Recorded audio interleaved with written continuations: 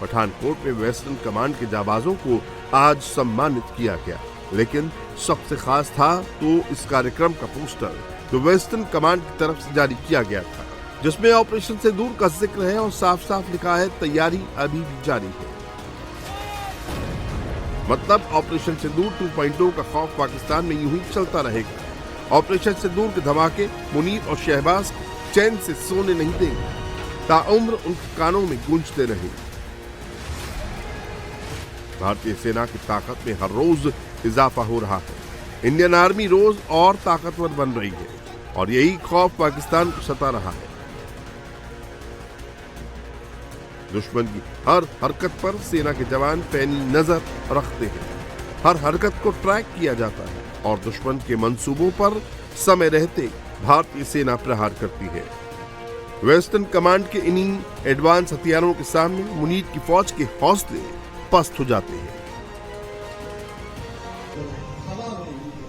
Operation सिंदूर के दौरान भारत की मार से पाकिस्तान घुटने पर आ गया था, सीज फायर की भीख मांग रहा था। अगर भारत ने ऑपरेशन सिंदूर 2.0 लॉन्च किया तो फिर मुनीर की सेना सीज फायर की रट लगाने लगेगी। सिंदूर में जैसा आपने देखा कि हमने 7 तारीख को उनके सभी टेररिस्ट बेसिस पर हमला किया था। उसके बाद उन्होंने कुछ जवाबी कार्रवाई की और उसके जवाब में जो हमने उनके मिलिट्री बेसिस, एयर बेसिस को जिस तरह से बर्बाद किया, उसके बाद उसने फिर सीज फायर की मांग की। और सीज फायर की मांग सिर्फ डायरेक्टली हमसे नहीं की, हमको लगता है कि और भी देशों के पास उसने अपना ये मैसेज भेजा कि हमें इंडिया से सीज फायर करवा। तो ये था, हमारा मानना है कि वो हमसे लड़ाई लड़ने की क्षमता उसके पास नहीं है। जहां भी उसको हम चोट पहुंचाएंगे तो वो कोशिश करेगा कि हम इंडिया के साथ किसी तरीके से सीज फायर हासिल कर लें। इस बार अगर बॉर्डर क्रॉस करने की भी जरूरत पड़ी तो वेस्टर्न कमांड के जाबाज पीछे नहीं हटेंगे। मुनीर की फौज को दौड़ा दौड़ा कर खदेड़ा जाएगा। वेस्टर्न कमांड के जेओसी ने भी पाकिस्तान को चेतावनी दी है कि अगर इस बार छेड़ा तो अंजाम पिछली बार से भी बुरा होगा। हमारी तैयारी जारी है और हमको तैयारी रखनी है।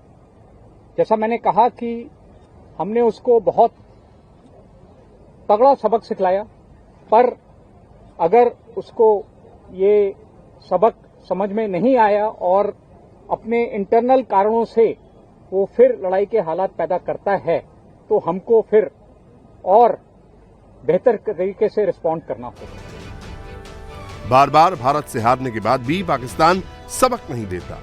ऑपरेशन सिंदूर के बाद भी ऐसा लगता है कि पाकिस्तान की आंख पूरी तरह खुली नहीं है।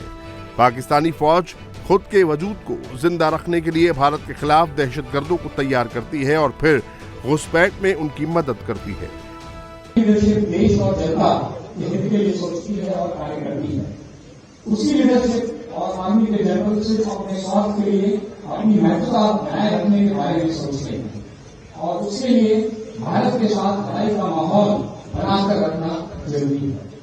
सिर्फ लड़ाई की हालत बनाकर रखना, क्योंकि लड़ाई करने की ना तो उसमें ताकत है ना हिम्मत है। उसकी रणनीति है कि भारत में अपने दहशतगर्दों के टेररिस्ट के जरिए हमें उकसाई और हम जब जवाबी कार्य करें तो युद्ध के हालात उत्पन्न हों ताकि उसको अपने देश में और सपोर्ट मिले।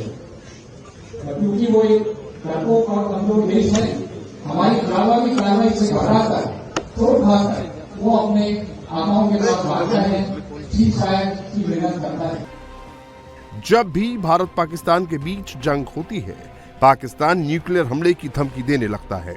पाकिस्तान की गीदड़ भपकी शुरू हो जाती है, लेकिन हर बार भारत उसकी धमकियों को नजरअंदाज करते हुए करारा सबक सिखाता है।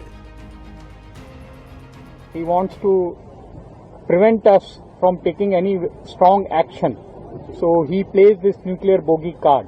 So it's a kind of bluff he's doing, which we have to call out that bluff. So that is our stance. We will not get deterred by his nuclear bluff. Western command का जिम्मा पाकिस्तान से लगी सीमा की सुरक्षा है और पठानकोट में हमारे जाबाजों ने अपनी तैयारियों का ट्रेलर दिखा दिया है। बता दिया है कि अगर पाकिस्तान ने कोई हरकत की, आतंक की साजिश की, भारतीयों का लहू बहाने का सोचा भी तो ऑपरेशन सिंदूर 2.0 उनके अंदाजे से भी ज्यादा घातक होगा और पाकिस्तान को ऐसी चोट लगेगी कि शायद संभलने में कई दशक लग जाएं।